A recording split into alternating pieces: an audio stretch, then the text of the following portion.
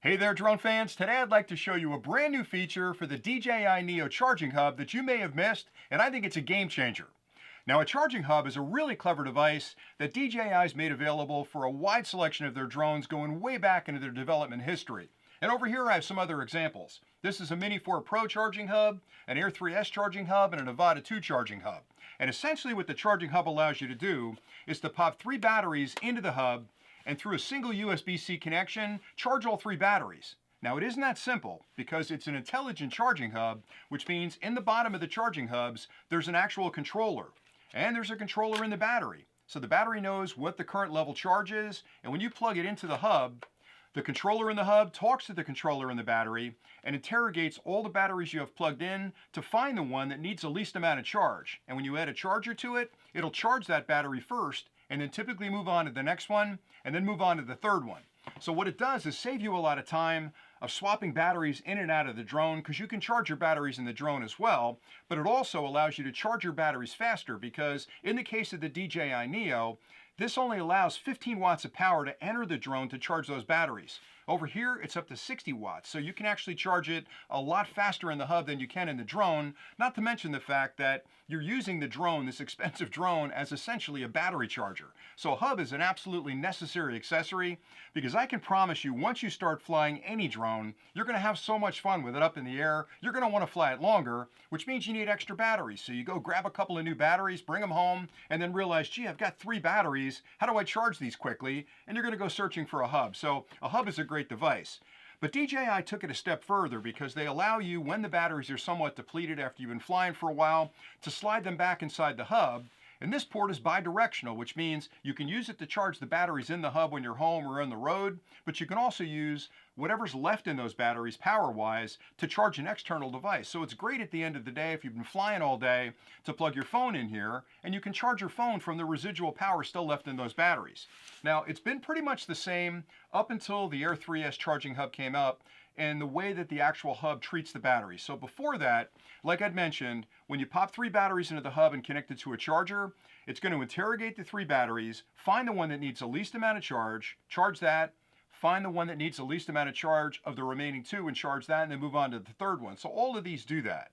What changed with the Air 3S is they built in this sort of equalization feature, which is kind of cool. What that means is with the Air 3S, if you have a battery you've been flying with for a while, you pull it out, put it back in the hub. You have another battery you've been flying with it for a while, put it back in the hub. If those 2 batteries have a little bit of power left in them and this still needs a charge, it'll actually pull the power out of those batteries and charge the other battery in the hub without connecting it to anything. So that was a major improvement with the Air 3S. They took it a step further with the brand new DJI Neo. Now again, if you read through the manual, this is all explained in the manual, but a lot of people miss it, and there's a few things to trip over along the way. So let me explain what happens.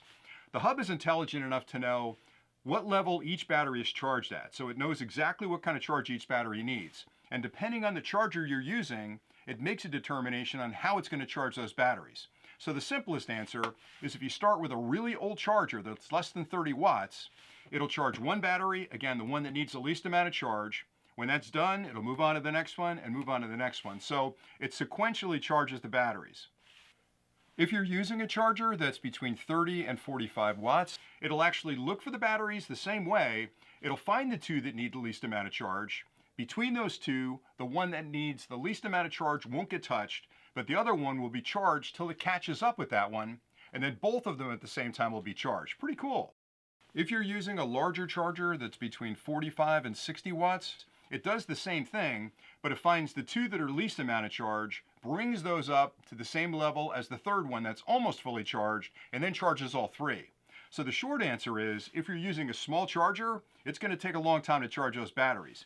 If you're using a 30-watt charger or larger, it'll charge 2 batteries at the same time. And if you're using a 65-watt charger, it'll charge all 3 batteries in parallel, which is pretty incredible. So all 3 batteries, pretty much fully depleted, can fully charge in less than 60 minutes, which is incredible. Again, I'd mentioned it before. So it's a brand new behavior in this hub. And the reason that can work is because the Neo batteries don't require a lot of internal energy. So a 65-watt charger will do a really good job charging them quickly. Now, with the other batteries, these are monstrous batteries. Look at the size of these Air 3S batteries comparatively. So even with this one, there's no way that the original charger for the Air 3S could charge all 3 batteries at the same time. Even if you were pumping at 140 watts, it's still going to limit it. But with this one, you want to at least use a 100-watt charger to get the best value out of the charge. But here you can see the difference. I mean, it's going to take a long time to fill this up, actually fill this up with electrons compared to this. This is like 6 times the size. So anyway, I guess the bottom line here, geez, there goes the battery. I guess the bottom line here is, if you're using the Neo Hub, a lot of people don't know that the charger really makes a difference in how quickly you can charge these batteries, because it isn't as simple as saying, I've got 65 watts of power, let me try and push more electrons into those batteries quickly. It's really a matter of due diligence in the controller space to understand what the batteries need, and then carefully deliver that charge individually to each of these 3 batteries to quickly and safely charge them. It's not just blasting electrons at all 3 batteries, it's constantly monitoring that charge cycle to make sure the batteries get exactly the right amount of current and the right amount of power to fully charge those batteries. Now, 2 other things to keep in mind.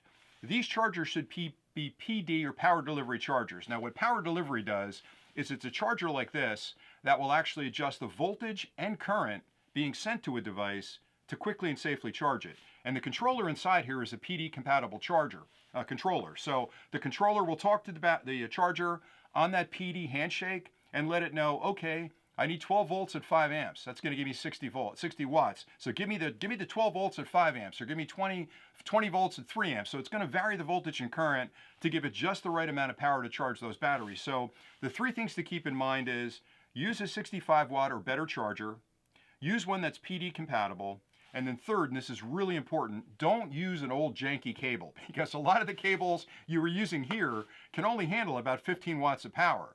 And that's going to limit how many electrons can come from that charger into your batteries. So you want to use a heavy-duty, newer cable that can handle at least 60 or 65 watts. This cable right here can handle 140 watts. You don't need something that big, but maybe you want to get one like this so you've got plenty of future-proofing in case you get a larger battery. But you want to make sure you have a newer cable that can handle at least 60 watts or 65 watts of current or 65 watts of power. You want a PD charger that's at least 65 watts or higher, and you're going to be able to charge all 3 of the Neo batteries, again, in less than 60 minutes. And I've had people ask me, it's taking me so long to charge my Neo batteries. The first question I ask is, what kind of charger are you using? Well, I got one from an old phone I had. There's your problem. Then other people said, but I bought a new charger. Why isn't it working? What cable are you using? I had one in a drawer someplace and I'm using that. Throw that cable out and get a new cable. You need something that's going to handle the current. Anyway, that's all I really wanted to say about it. But I think, again, what I like so much about DJI is that the engineers are constantly thinking about how they can improve their products, and they could have built this charge hub just like they built all the other charging hubs, which, by the way, it was a brilliant algorithm to search the batteries to charge the one that the least amount of charge first, because that gets you back up in the air quicker. But they thought about it and said, you know what, with the Neo, because these batteries don't require so much current to charge, we could modify that algorithm inside the controller to flatter that first battery, and then bring that second battery up to the same level. If I have a 60-watt charger, charge them both, and then when it gets to the level of the third battery, charge all 3, which is great because it gets me out the door and up in the air a lot quicker. And this works at home on a charger, in your car on a charger, or if you've got a power bank like this, that again is at least 60 watts PD, you can charge them off the power bank. So it's a great little system, and I hope you found this clip helpful. So thanks a lot for watching, and until next time, as always, happy flying.